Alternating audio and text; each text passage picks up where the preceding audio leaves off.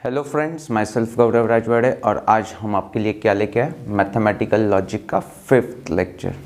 देखो class, last lecture में हमने उसका थ्योरी पार्ट डिस्कस कर लिया था, तो आज एक्सरसाइज 1.4 के प्रॉब्लम सॉल्व कर लेंगे। Is that clear to you? So देखो, सबसे पहले write the negation of given things. Negation, तो उसके लिए हमें बेसिक नेगेशन के रूल्स पता होने चाहिए। For example D Morgan's law है, देन P इम्प्लाइज Q। समझो ये इम्प्लीकेशन है ना, तो इम्प्लीकेशन के लिए नेगेशन का रूल क्या होता है? हमें अगर किसी ने बोला P इम्प्लाइज Q का नेगेशन क्या होगा, सो इसका आंसर क्या है क्लास? P, इसको क्या बोलते हैं? Conjunction with negation Q। Okay no? So इसे हमें यूटिलाइज करना है यहाँ पे। सो देखो क्लास, ये अभी फिलहाल मेरे लिए ये P है, ये Q है, तो P इम्प्लाइज Q, तो उसका फॉर्मूला क्या है? डायरेक्टली मैं लिख सकता हूँ P वैसे के वैसे। यहाँ पे P क्या है? Negation of Q and conjunction with negation of second term, that is what negation of P। Is that clear to you? अच्छी तरह से समझा है क्लास? पक्का? देखो यहाँ पे जो टर्म है उसका नेगेशन P वैसे के वैसे, तो यहाँ पे नेगेशन Q वैसे के वैसे, कंजंक्शन, और जो सेकेंड टर्म है उसका नेगेशन, तो सेकेंड टर्म का नेगेशन P। तो स्ट्रेट फॉरवर्ड कंपैरिजन से आराम से आप आंसर को समझ सकते हो। Is that clear to you? Similar fashion second देखो क्लास, हमें डी मॉर्गन्स लॉ पता होना चाहिए। P कंजंक्शन विथ Q का नेगेशन अगर किसी ने पूछ लिया, तो नेगेशन दोनों वेरिएबल्स को लगेंगे, सिर्फ अंदर की साइन चेंज हो जाएगी। कंजंक्शन का क्या हो जाएगा? डिसजंक्शन हो जाएगा। Is that clear to you? और दूसरा डी मॉर्गन्स लॉ क्या होता है? डिसजंक्शन पे अगर नेगेशन अप्लाई करना है तो नेगेशन बोथ वेरिएबल्स पे डिस्ट्रीब्यूट होगा, सिर्फ साइन को चेंज करना है, दैट इज व्हाट डिसजंक्शन का कंजंक्शन हो जाएगा। तो इसे यहाँ पे यूटिलाइज कर लो, दैट्स इट। तो यहाँ पे देखो ये P दिख रहा है और ये नेगेशन ऑफ Q को हम सेकेंड क्वांटिटी बोल देंगे, और ये कंजंक्शन है, तो कंजंक्शन का ये रूल पता है, negation of P disjunction with negation of Q। वही यहाँ पे अप्लाई कर दो, that's it. Negation of P और ये negation of Q is Q, और ये साइन चेंज हो जाएगा तो डिसजंक्शन हो जाएगा। Is that clear to you?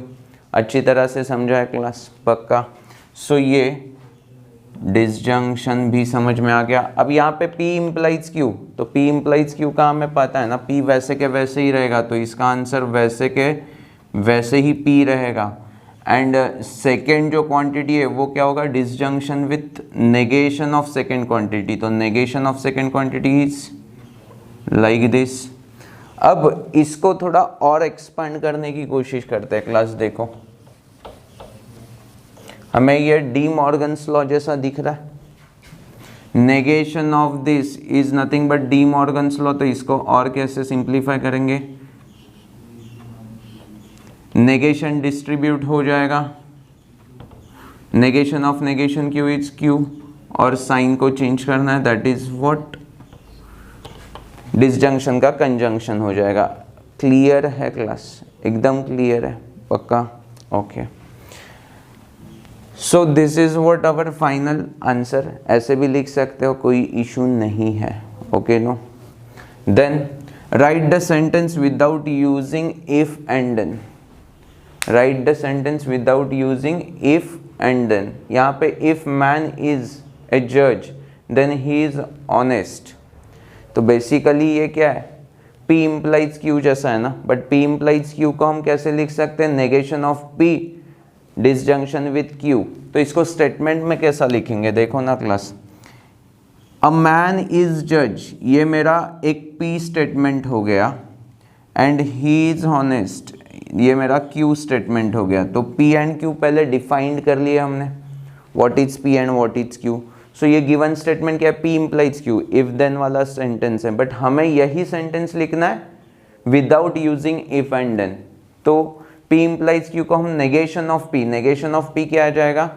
A man is not a judge. A man is not a judge. A man is not a judge. That is what negation of P. और ये disjunction means or, तो or use करेंगे. A man is not a judge or he is honest. Or he is honest. Is that clear to you? अच्छी तरह से समझा. मैंने क्या बोला? A man is not a judge. That is what negation of P. और Q वैसे के वैसे he is honest. Is that clear to you? So this is what, यही सेंटेंस मैंने without using if and then लिख दिया. यहाँ पे मैं ना इंग्लिश पे ज़्यादा मत सोचो यार, हम इस सेंटेंस को, इस फॉर्मूले को सोचेंगे and according to that simple statement लिखेंगे. ओके नो, ज़्यादा मत सोचो. क्लियर है? Okay. If f of 2 is not equal to 0 or f of x is divisible by x minus 2, तो एक्चुअल क्वेश्चन देख लेना एंड अकॉर्डिंग टू इसका, इस सेंटेंस को इफ एंड देन को यूज बिना किए हुए भी आप लिख सकते हो. Is that clear to you? क्योंकि आपको ये बेसिक रूल पता है ना, p implies q is negation of p, और या उसको हम बोलेंगे डिसजंक्शन q. क्लियर है?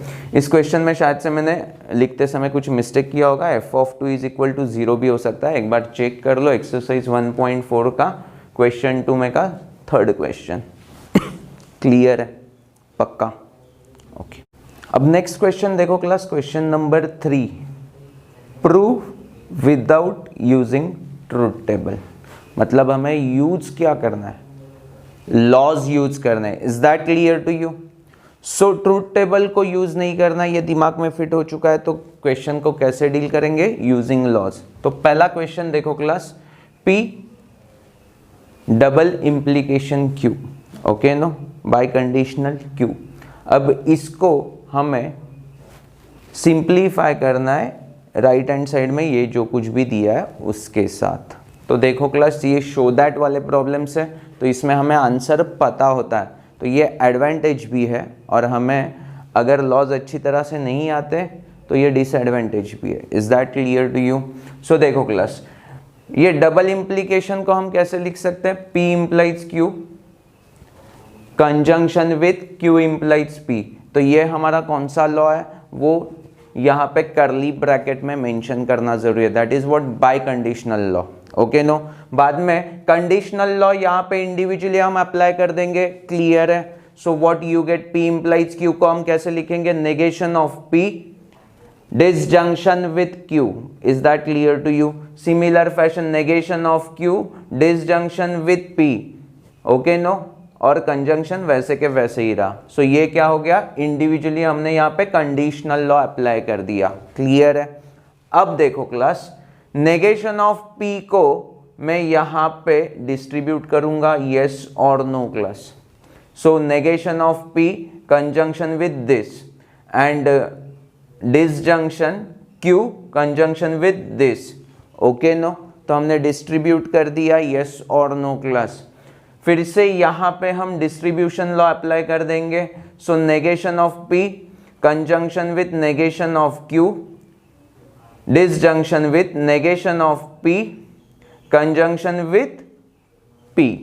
अभी इसकी वैल्यू हमें पता है ना, negation of P and P मतलब एक ट्रू होगा तो दूसरा फॉल्स ही होगा, एक फॉल्स होगा तो दूसरा ट्रू ही होगा. तो उनका डेफिनेटली डिसजंक्शन क्या आता है? सॉरी, कंजंक्शन क्या आ जाएगा? सो एक भी फॉल्स होगा तो फॉल्स चाहिए ना, सो आंसर आ जाएगा false. Is that clear to you? दिमाग में फिट हो चुका है क्लास? पक्का बोलो. ओके. देन यहाँ पे क्या है? Q and negation of Q. तो ये भी कि देखो ना, डिस्ट्रीब्यूशन प्रॉपर्टी अप्लाई किया, Q conjunction with negation of Q disjunction with Q conjunction with P.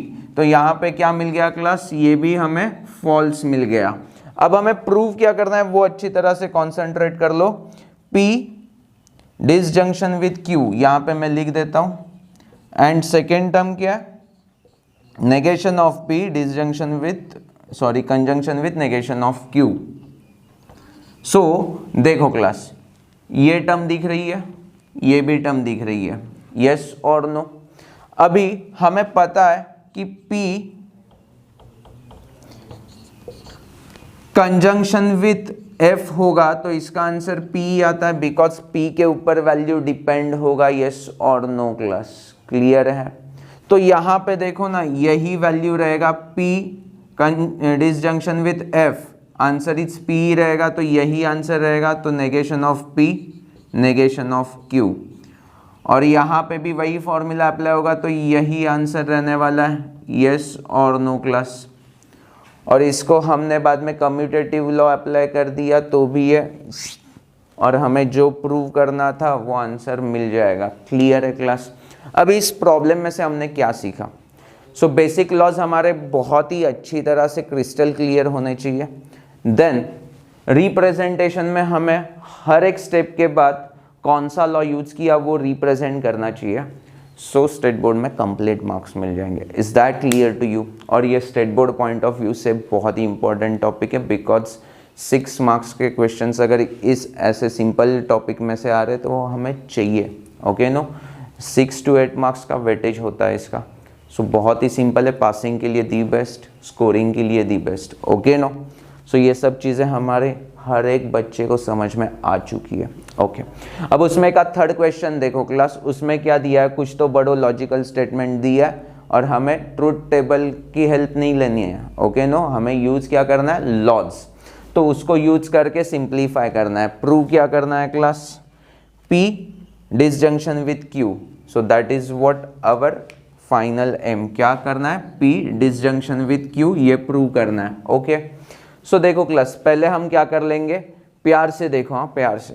ये थोड़ा सा कॉम्प्लिकेटेड होगा फर्स्ट टाइम, एक बार आपको मैंने समझा दिया तो ये आपको भी आराम से ऐसे टाइप के क्वेश्चंस आ जाएंगे। यहाँ पे आपको डिस्ट्रीब्यूशन लॉ पता है, उसको रिवर्स मैनर में यूटिलाइज किया। कैसे, मैं बताता हूँ।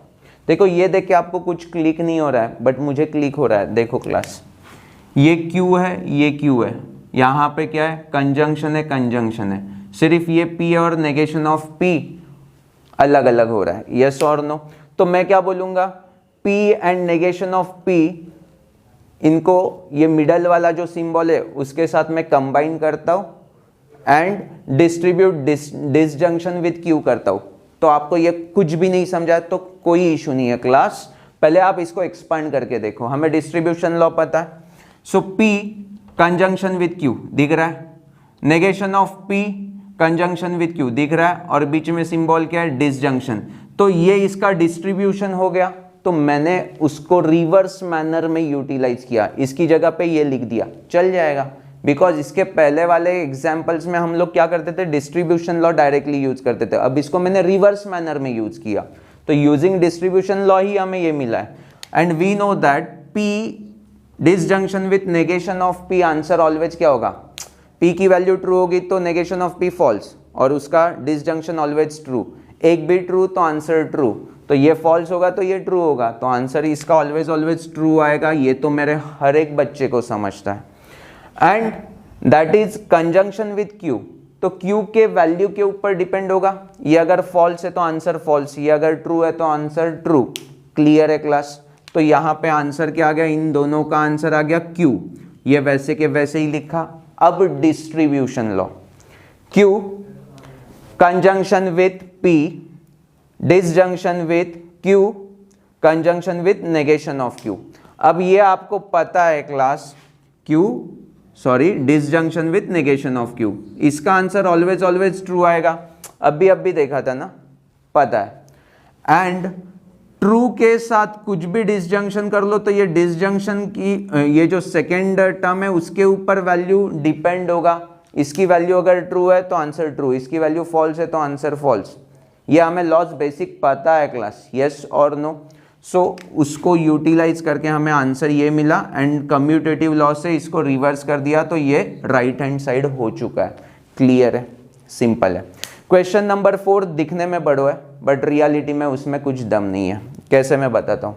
Negation of P implies Q, negation of P implies Q का फॉर्मूला हमें पता है ना, ये P conjunction with negation of Q।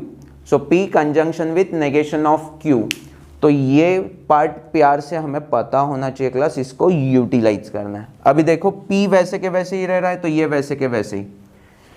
Conjunction conjunction, negation of second term, negation of second term. अब हमें डी मॉर्गन्स लॉ पता होना चाहिए। यहाँ पे डी मॉर्गन्स लॉ लगाएंगे तो नेगेशन डिस्ट्रीब्यूट हो जाएगा, नेगेशन P हो गया, negation of Q is Q हो गया। और चेंज द साइन, यहाँ पे क्या है कंजंक्शन, तो ये डिसजंक्शन बन गया। Is that clear to you? आपको समझा भी नहीं, यही राइट हैंड साइड में हमें प्रूव करना था, तो फाइनल आंसर भी यही है राइट हैंड साइड में। P disjunction with negation of Q, conjunction with negation of P, disjunction with Q। So in this manner हमने ऑलमोस्ट बहुत सारे क्वेश्चंस एक्सरसाइज 1.4 के कवर कर लिए हैं। ओके नो, एक्सरसाइज 1.4 की रिक्वायरमेंट क्या है? हमें नेगेशन के रूल्स पता होने चाहिए एंड हमें सारे लॉज पता होने चाहिए। यस और no? Is that clear to you? Algebra of logic, that is what laws, बहुत सारे लॉज हमें पता होने चाहिए, तो उसको हम डायरेक्टली इम्प्लाई कर सकते हैं। थोड़ी प्रैक्टिस की ज़रूरत है, अदरवाइज ऐसे स्टेप में हम स्टक हो सकते हैं। इसके बाद क्या करेंगे ऐसा सोचना पड़ सकता है। बट अगर ये हमें डिस्ट्रीब्यूशन लॉ रिवर्स मैनर में भी दिख रहा है तो हम आराम से इसे डील कर सकते हैं। Is that clear to you? अच्छी तरह से समझा? Thank you for watching this video. Bye bye.